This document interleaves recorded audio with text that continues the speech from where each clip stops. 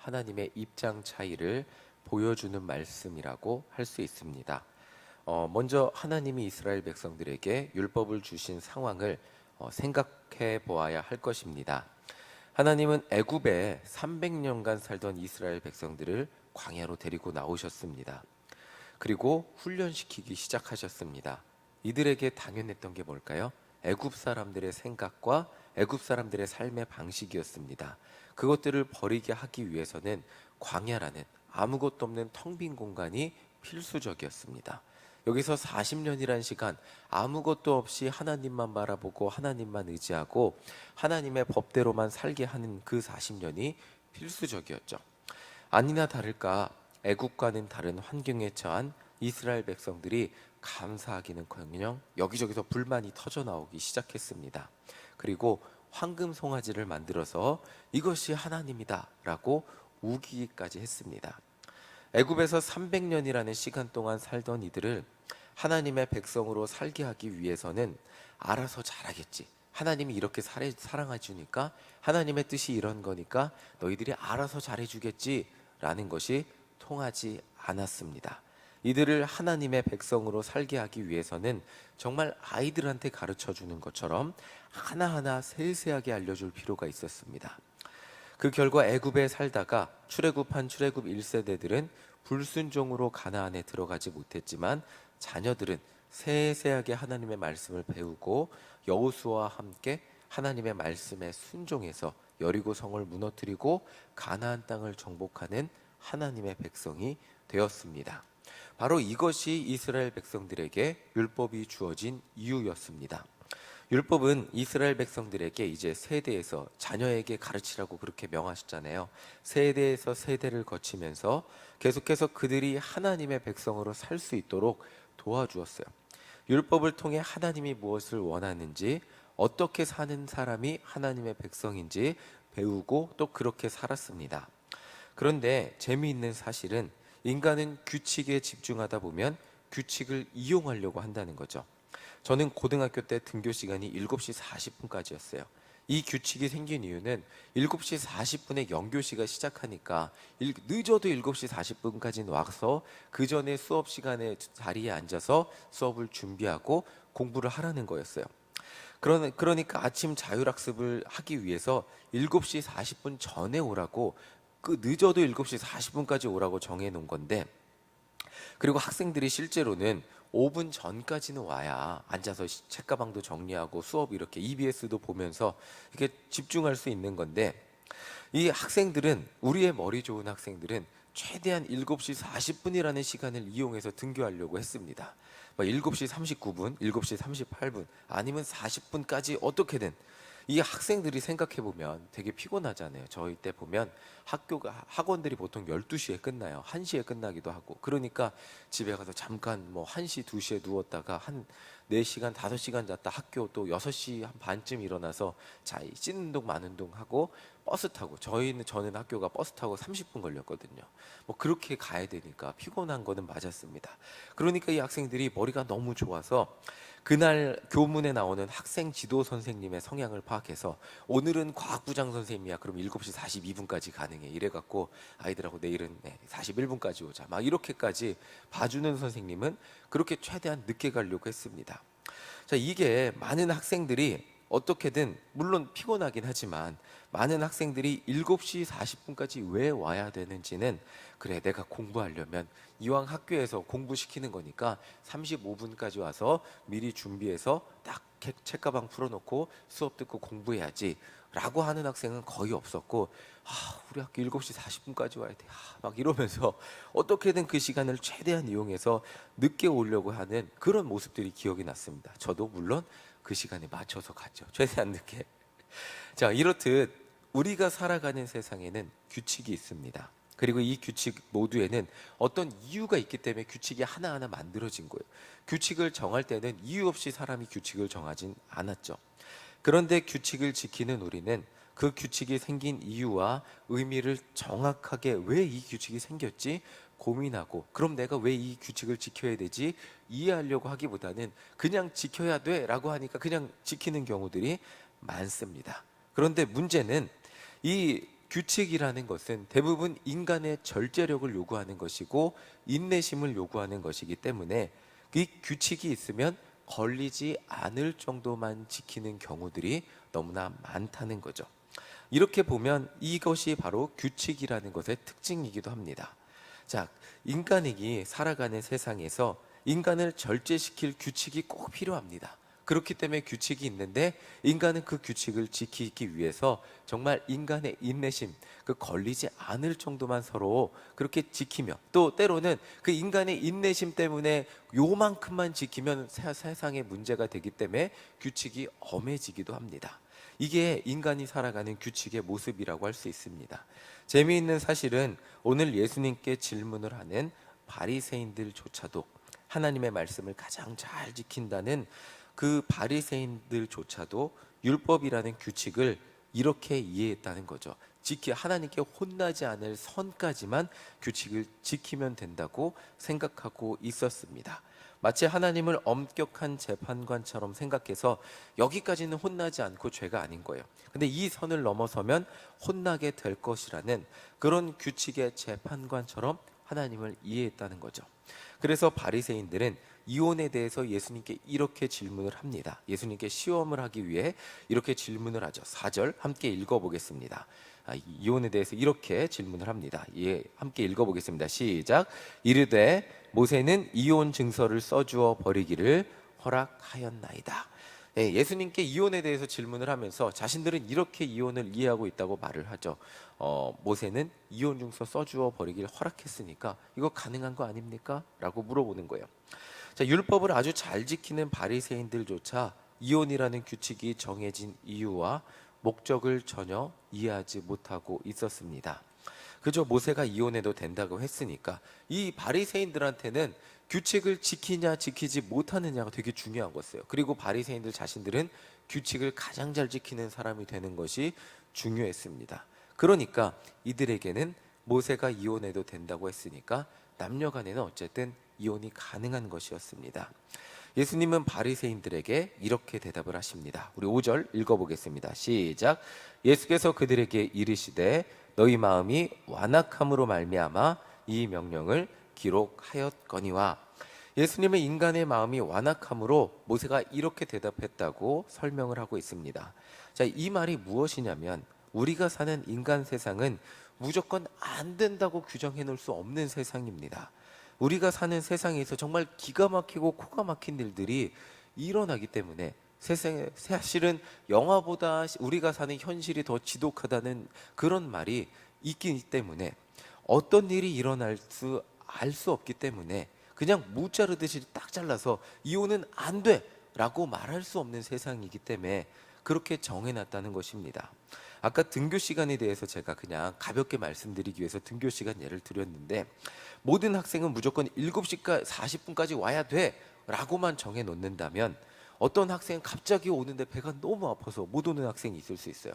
어떤 학생들은 버스가 갑자기 실제로 있었어요. 버스가 갑자기 고장나는 경우, 그런 경우들이 있습니다. 그런데 지각을 하면 지각을 못하게 하기 위해서 학교에서는 벌점도 주고 혼을 내거든요. 그래서 저희는 토요일까지 학교를 갔거든요. 그러면 토요일 날 3시까지 공부를 시켰어요. 그 영교시 공부를 못하는 학생들, 너희들은 영교시 공부를 안 했기 때문에 토요일 날 3시까지 공부해, 자율학습해, 억지로 남겨갖고 공부시켰거든요. 그렇게 벌칙을 주는데 이런 벌점을 주지 않기 위해서 어떤 예외 조항을 항상 달아놨습니다.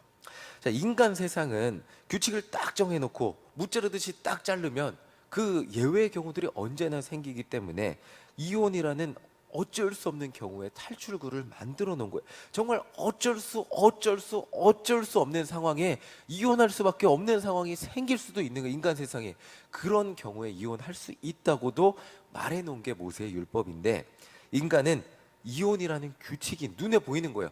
이 여자가 마음에 안 들어, 저 여자가 더 예뻐, 그러면 이혼이라는 규칙이 있잖아, 그거 이용해서 저 예쁜 여자랑 살면 되지, 이렇게 그 규칙을 이용하는 것이 인간이 되었다는 것입니다. 인간은 이혼이라는 규칙이 있기 때문에 그 규칙을 이용해서 자신의 육체적 욕심을, 탐욕을 만족시키려고 하였다는 것입니다. 모세가 이혼해도 된다고 했으니까 이 여자랑 헤어지고 더 예뻐 보이는 여자, 우리 여자, 이 여자는 실제로 제가 지금 이혼법을 찾아보니까 아침을 하는데 아침을 태우면 이혼 사유가 됐다고 합니다. 이 여자는 집안일을 못하니까 집안일 잘하는 조신한 여자를 데리고 와야지 라고 하면서 얼마든지 이혼을 할 수 있었다고 합니다. 자, 이것이 인간의 한 사람을 통해 만족할 수 없는 그 인간의 탐욕을 만족시켜 버리는 도구가 되어버렸다는 것입니다. 모세가 인간의 탐욕을 만족하라고 이혼이라는 율법을 주었을까요? 그렇지 않다는 거죠. 그래서 예수님은 이렇게 말씀을 하셨습니다. 11절 12절 함께 읽어보겠습니다. 시작. 이르시되 누구든지 그 아내를 버리고 다른 데에 장가드는 자는 본처에게 간음을 행함이요 또 아내가 남편을 버리고 다른 데로 시집가면 간음을 행함이니라. 누구든지 아내가 멀쩡한데 그 아내를 버리고 다른 여자를 만나면 아무리 율법에 기록된 대로 이혼했다고 할지라도 그것은 간음이라는 것입니다. 반대의 경우도 마찬가지라는 것이죠. 예수님은 율법이라는 규칙에 적혀 있다고 해서 그것이 가능하다고 해서 그것이 하나님 앞에서 옳은 것이 아닌 것을 알려주고 계십니다. 하나님의 원뜻은 남자 여자가 한 몸이고 그것은 인간이 나눌 수 없는 한 몸이라는, 가족이라는 정말 소중한 공동체라는 것을, 하나님 마음이라는 것을 다시 한번 우리에게 알려주고 계신 것입니다. 너무 안타깝게 그런데 바로 이것이 율법이라는 규칙을 지키는 인간의 한계입니다. 율법을 정해주신 하나님의 마음, 그 규칙을 주신 하나님의 목적을 생각하지 않고 규칙 자체에 집중을 하다 보니 그저 그것을 지키느냐 지키지 못하느냐가 중요해져 버린 것이 인간의 모습이었다는 거죠. 하나님의 백성이라면 하나님의 생각과 마음과 그들의 생각과 마음이 일치했어야 되는데 그저 그들에게는 규칙 자체가 중요해져 버렸고, 부부의 관계도 정말 인간 관계에 있어서 가장 소중하고, 저도 부부의 관계를 하면서 살아가고 부부의 관계를 맺으면서 살아가는데 정말 세상에서 최후의 순간에 의지할 수 있는 사람은 아내가 되었더라고요. 제가 가장 힘들고 어려운 순간에 저를 위해 가장 눈물 흘리며 기도해 주는 사람은 그래도 아내더라고요. 이렇게 하나님이 가장 힘들고 어려운 순간에 부부라는 관계를 통해서 어려움을 이겨내라고 만들어 주신 것이 부부의 관계인데, 그것을 이해하지 못하고 그냥 그것을 지키느냐 지키지 못하느냐, 율법을 지켜서 그 아내를 내어 쫓아도 그것이 하나님의 그냥 율법을 지킨 것이라고 생각해 버리게 된 것이 율법의 한계였다는 것입니다. 그저 하나님의 마음, 저에게 이 아내라는 소중한 사람을 주신 하나님의 마음을 잃어버리고, 여러분들의 유대인들에게 아내라는, 또 남편이라는 소중한 사람을 주신 하나님의 마음을, 너 이 아내랑 정말 행복한 인생을 살아, 너 이 남편이랑 정말 행복한 인생을 살으라고 주신 그 하나님의 마음을 잊어버리고 더 탐욕스러운 내 욕심을 이루려는 그 율법이라는 도구를 이용해서 하나님의 마음을 잊어버리고 그저 자신의 욕심을 이루는 너무나 안타까운 그 도구로 변질되어 버렸다는 것입니다. 혼인 부부관계의 본질 함께 보도록 하겠습니다. 자, 부부관계의 본질 함께 읽어보겠습니다. 시작. 자, 7절부터 9절입니다. 죄송합니다. 7절부터 9절 우리 함께 읽어보겠습니다. 시작. 이러므로 사람이 그 부모를 떠나서 그 둘이 한 몸이 될지니라. 이러한즉 이제 둘이 아니요 한 몸이니 그러므로 하나님이 짝지어 주신 것을 사람이 나누지 못할지니라 하시더라. 결혼이라는 관계가 바로 본질이 이거죠.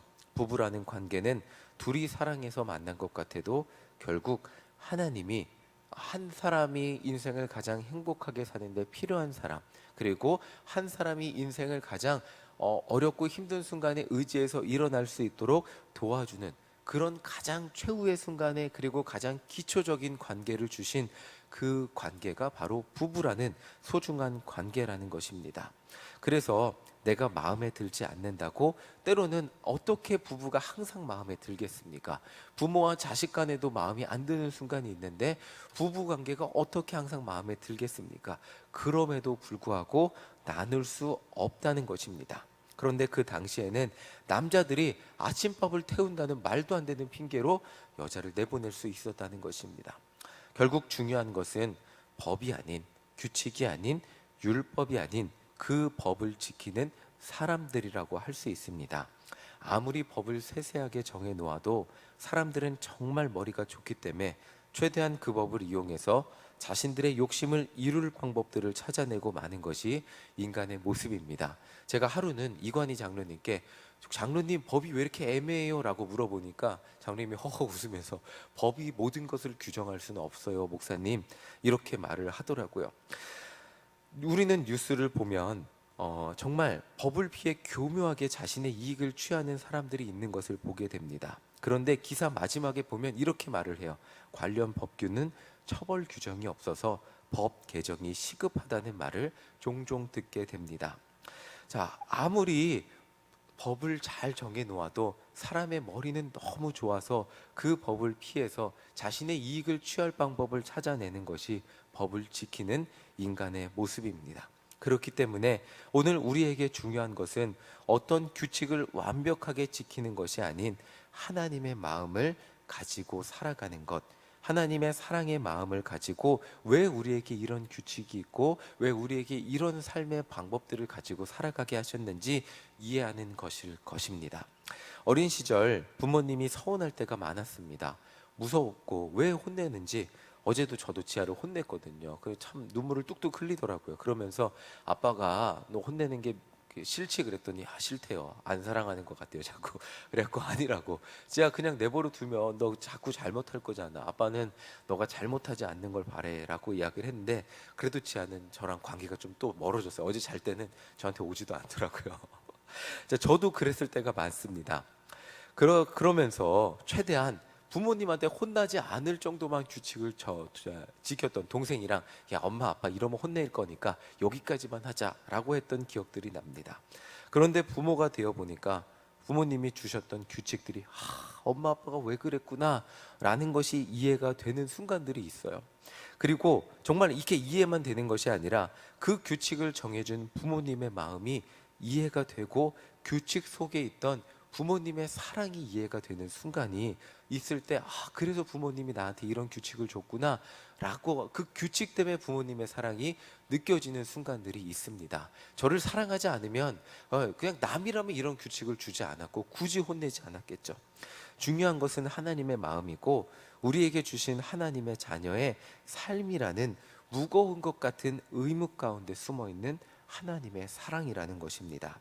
하나님의 자녀라서 지켜야 하기 때문에 억지로 사랑하고 억지로 온유하고 억지로 전도하며 억지로 봉사하며 살아가는 것이 아니고 하나님의 자녀이기 때문에 이렇게 사는데 이렇게 살라고 하신 하나님의 명령을 생각해 보니까 결국 그 속에 하나님의 사랑이 숨겨져 있는 거예요. 정말 이것을 느끼며 기쁨으로 하나님의 백성으로 살아가는 우리 모든 일신교회 성도님들 되시기를 간절히 소망합니다. 목사로 살아가며 가장 기쁜 것은 처음에는 목사이기 때문에 착한 척하며 어떻게든 온유하며 살아야 된다고 생각을 했어요. 그런데 이렇게 성도님을 사랑하고 성도님들을 섬겨주고 이렇게 어제도 청년들 제가 코로나 걸린 청년들 이렇게 코로나 격리 끝나고 좀 딱하더라고요. 그래서 커피를 한 잔씩 보내줬어요. 커피 마시고 이렇게 힘내어 보내줬더니 근데 어떤 청년은 저한테 치킨을 보내주더라고요. 무슨 돈이 있다고 저한테 치킨을 보내주고 어떤 청년은 저한테 커피도 보내주더라고요. 무슨 돈이 있다고. 저는 청년들이 아직도 사회생활 어른들은 물론 본인들이 커피를 사 드실 수 있지만 아직도 학생들은 커피 한 5,000원 커피 한 잔에 되게 기뻐하고 행복해하는 모습들을 보여줍니다. 그러면서 이거 한 잔 먹고 힘내요라고 보내주는 그러는데 이런 것들 보면서 진짜 저는 작은 이 5,000원의 사랑을 보여줬는데 그거에 되게 감동하고 저한테 더 큰 사랑을 보내주는 모습을 보며 이게 처음에는 제가 목사로서 의무로서 했다면 점점 기쁨으로 하게 되는 것 그것을 느끼게 됩니다. 마찬가지죠. 성도님들에게 처음에는 목사로서 착하게 살아야 돼 의무감으로 살았다면 이게 점점 저 진심이 되고 하나님의 마음을 가지고 사랑하게 되었을 때 저에게 돌아오는 사랑이 더 큰 것을 깨달으면서 정말 제가 목사로 살아가는 하나님의 자녀로 살아가는 기쁨을 느끼며 살아가게 된다는 것입니다. 이 모든 것은 제가 직업적으로 사랑했기 때문이 아니라 목사라는 사람이 사랑이라는 규칙을 지키며 살아야 했기 때문이 아니라 하나님께 받은 사랑을 진심으로 전달했기 때문에 가능한 것일 것입니다. 오늘 하루도 여러분들도 하나님의 백성으로 진심으로 사랑하며 살아갈 때 하나님이 주시는 그 규칙 때문에 억지로 그 규칙을 지키며 살아가는 것이 아니라 하나님의 마음으로 사랑하고 하나님의 마음으로 전도하고 하나님의 마음으로 교회를 섬기고 하나님의 마음으로 여러분들의 사명을 감당할 때 정말 규칙 때문에 규칙을 지켜서 얻어지는 그런 규칙의 성취감이 아닌 정말 하나님이 여러분들에게 주시기를 원하는 기쁨과 은혜와 사랑과 은혜가 넘쳐나는 우리 모두가 되시기를 간절히 소망합니다. 하나님은 여러분들이 권사님으로 살면서 장로님으로 살면서 그리고 일신교회 교인 그리고 하나님의 백성 크리스찬으로 살면서 정말 이 세상 누구도 느낄 수 없는 기쁨을 누리며 살아가기를 간절히 원하십니다. 그 기쁨을 오늘 기도하면서 오늘 하나님의 자녀로 살면서 세상 그 누구도 느낄 수 없는 기쁨을 누리며 살아가는 우리 모두가 되시기를 간절히 소망합니다. 아멘. 찬송가 292장 함께 찬양하겠습니다.